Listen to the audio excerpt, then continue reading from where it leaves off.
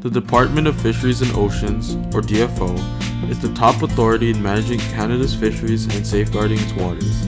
Within this department is the Canadian Coast Guard, which is responsible for services and programs that make Canada's waterways safer, more secure, and more accessible for the general public. This is the generalized speech for those who don't want to read. But in reality, the DFO is responsible for a lot more than that. I'm Sam J. And I'm Denzel Yap. And this is the Department of Fisheries and Oceans.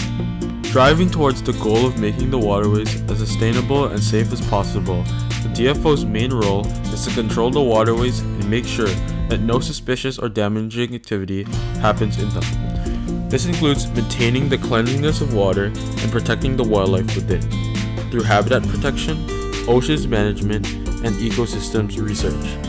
They are also expected to support exports and advance safe maritime trade, to build the economy and provide research towards aquaculture and biotechnology. The DFO's work is guided by 5 key pieces of legislation, the first of which being the Oceans Act. The Oceans Act provides a framework for modern ocean management by calling the Minister of the DFO to lead the development of a national ocean management strategy and provide an integrated approach to ocean management, coordination of policies and programs across governments, and an ecosystem approach. The second of which is the Fisheries Act.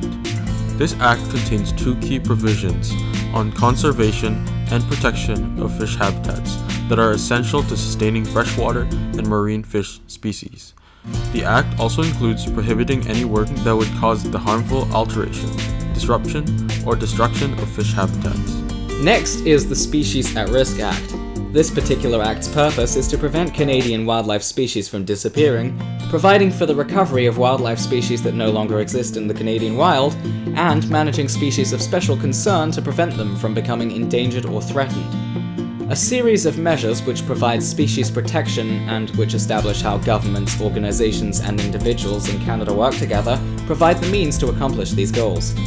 The fourth is the Coastal Fisheries Protection Act, which prevents foreign fishing vessels from entering Canadian waters unless legally authorized, and foreign fish from being brought into Canadian waters. Finally, the Canada Shipping Act enhances safety and protects life, health, property, and the marine environment by providing regulations for ships that make sure that they can carry the various publications required for safe navigation.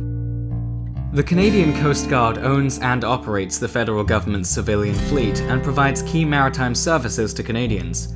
As a special operating agency within the DFO, the Coast Guard helps them meet their responsibility to ensure safe and accessible waterways for Canadian citizens, and play a key role in ensuring the sustainable use and development of Canada's oceans and waterways.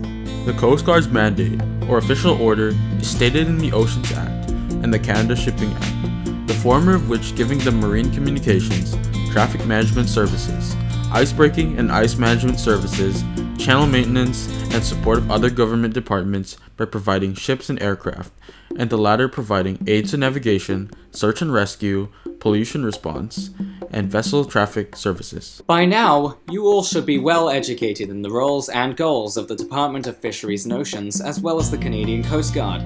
But how well do you know their origins? It's time to transition into the segment I like to call The Beginning. Cue the music.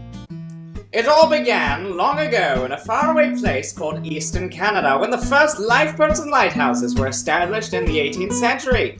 The various governments that preceded a unified Canada had their own patrol vessels which started to appear along the eastern seaboard and in the Great Lakes a century later.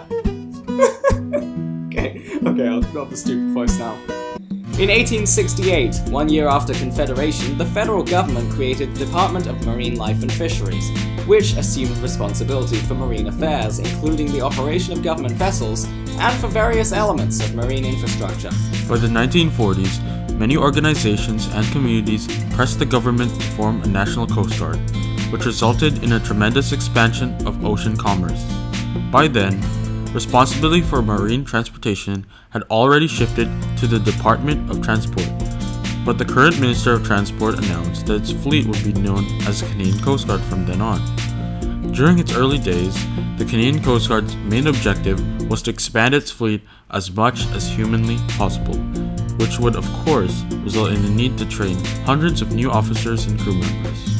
The Coast Guard transferred to the Department of Fisheries and Oceans in 1995 to achieve cost savings and to gather the two largest civilian fleets within the federal government under one department. To better serve Canadians, the federal government started investigating the possibility to give the Coast Guard more independence by transforming it into a special agency within the DFO while maintaining all of its current perks. Today, the Coast Guard is not only responsible for the longest coastline of any given country, but also for the safe circulation of international ships that cross the borders, the Canadian citizens who navigate the lakes and oceans during the boating season, and for providing services to our northern communities. I'm Denzel. And I'm Sam.